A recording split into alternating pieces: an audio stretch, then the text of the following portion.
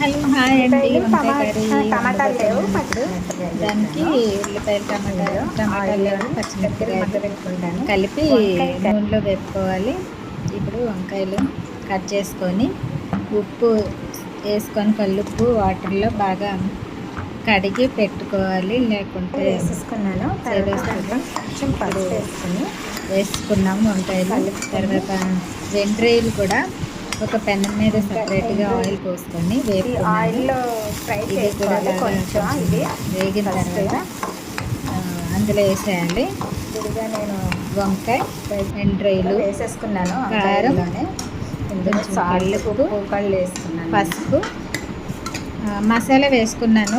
చింతపండు గుజ్జు వేయలేదు. ఇందులో నేను చింతపండు మసాలా వేసుకున్నాను. అల్లం వెల్లుల్లి పేస్ట్, అంటే అల్లం వెల్లుల్లి పేస్ట్, అందులో మసాలా జీలకర్ర రుబ్బుకున్నది మసాలాలు వేసుకొని రుబ్బుకున్నది.